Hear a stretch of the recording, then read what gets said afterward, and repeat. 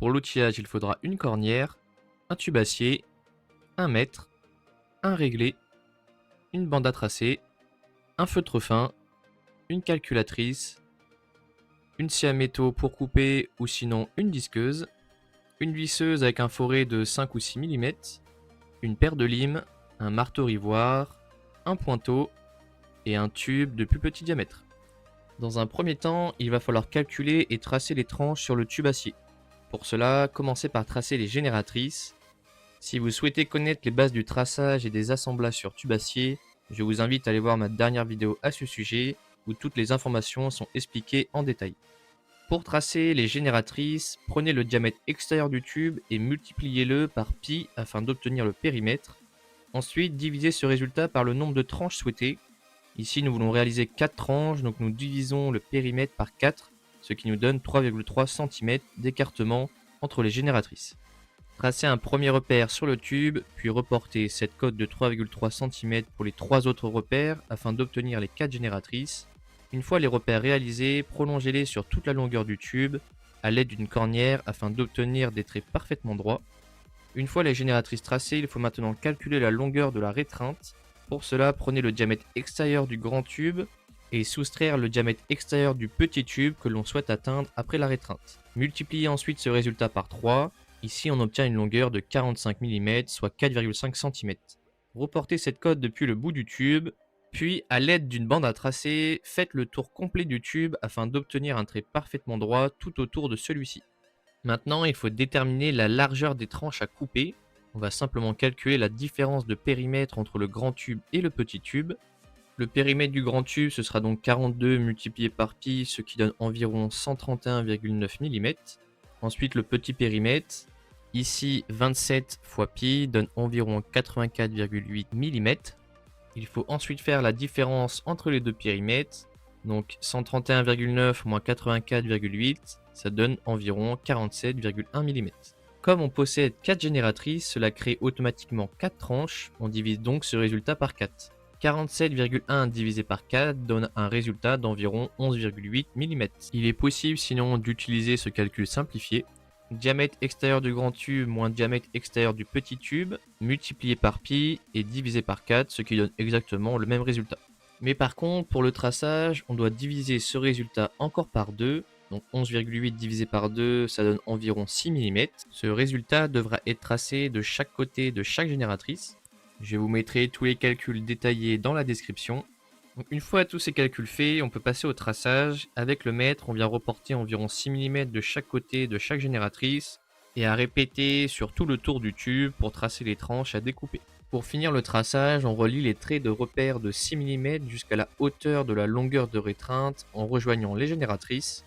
Grâce à un réglé, tracer des lignes bien droites et propres entre ces points. Ça va former de petits triangles qu'il faudra ensuite découper. Puis il suffira de rabattre les parties restantes pour obtenir la rétreinte à tranches. Voici un schéma avec tous les calculs détaillés et les tracés à réaliser. Une fois les calculs et les tracés réalisés, il va falloir couper les tranches. Dans un premier temps, mettre un coup de pointeau sur chaque hauteur des triangles. Ça permettra de pouvoir percer avec le forêt et la visseuse. Une fois les coups de pointeau réalisés, il ne reste plus qu'à percer le tube avec une visseuse et un forêt de 6 mm.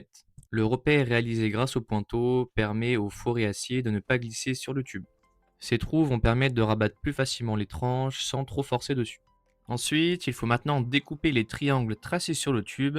Pour cela, vous pouvez utiliser une disqueuse ou une scie à métaux. Pensez à placer le tube au plus près de l'étau afin de limiter les vibrations et rendre la coupe plus facile et plus précise. Il faudra couper à l'intérieur des tranches en veillant à toujours laisser visibles les traits de traçage à la fin. Prenez également le temps de bien couper droit afin de respecter correctement les triangles tracés sur chaque génératrice. Une fois les tranches découpées, il faudra venir limer afin de débavurer correctement le tube, notamment pour enlever les limailles d'acier présentes après la coupe. Pensez à bien limer l'intérieur des découpes mais également l'extérieur du tube en utilisant une lime demi-ronde ou une lime ronde afin d'obtenir une finition propre et éviter les bavures coupantes. Si besoin, profitez-en également pour reprendre correctement les zones où la coupe n'est pas parfaitement droite ou lorsque le trait de traçage n'a pas été suivi correctement. Une fois toutes les tranches découpées et le tube correctement préparé, il existe deux possibilités pour abattre les tranches, une méthode à froid et une méthode à chaud. Pour la méthode à froid, le principe est très simple. Il suffit de taper progressivement sur chaque tranche à l'aide d'un marteau ivoire afin de les rabattre correctement. En frappant régulièrement sur toutes les parties, le tube va venir se rétreindre progressivement tout seul. Il faudra continuer jusqu'à ce que les 4 parties viennent se toucher correctement. Le principal inconvénient de cette méthode est qu'à la fin, le tube obtient souvent une forme plus carrée que réellement ronde, contrairement à un tube acier classique. En revanche, cette technique reste très pratique sur un tube galvanisé, par exemple lorsqu'il n'est pas possible de le chauffer pour réaliser le rabattage. Cela fonctionne donc très bien, mais ce n'est pas la méthode la plus précise pour obtenir une finition parfaitement ronde. Pour la seconde possibilité, il faudra cette fois-ci rétreindre les tranches à chaud. Cette méthode demande un peu plus de matériel, notamment une enclume, une bigorne ainsi qu'un chalumeau pour chauffer le tube. Le principe sera de travailler les 4 tranches une par une. Pour cela, commencez par chauffer une tranche, puis venez la former progressivement sur la bigorne ou sur l'enclume afin de lui donner l'arrondi souhaité. Répétez ensuite cette opération sur chacune des 4 tranches.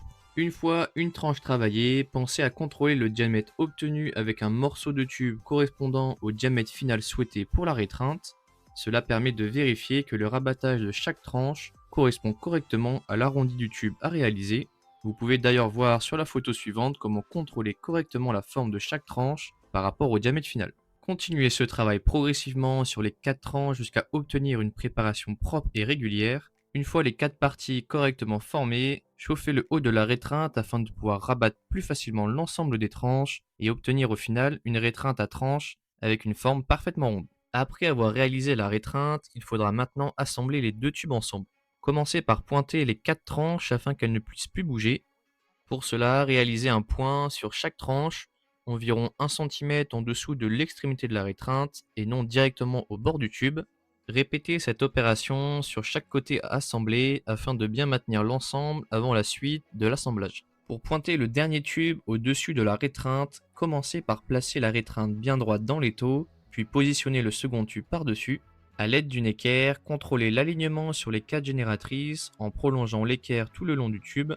Ensuite, mesurez avec un réglé la distance entre l'équerre et l'extérieur du tube afin de vérifier que la cote soit identique sur chaque génératrice. Cela permettra de s'assurer que le tube soit parfaitement dans l'axe de la rétreinte avant le pointage définitif. Après chaque pointage, pensez à bien revérifier que le tube n'ait pas bougé. En effet, lors du pointage, la chaleur a tendance à déformer légèrement le tube et à le faire bouger du côté où il a été chauffé. Il est donc important de contrôler l'alignement après chaque point réalisé et si besoin de retravailler légèrement le positionnement afin que le tube reste parfaitement dans l'axe de la rétreinte. Une fois les pointages réalisés, effectuez le contrôle final de la rétreinte avant soudure.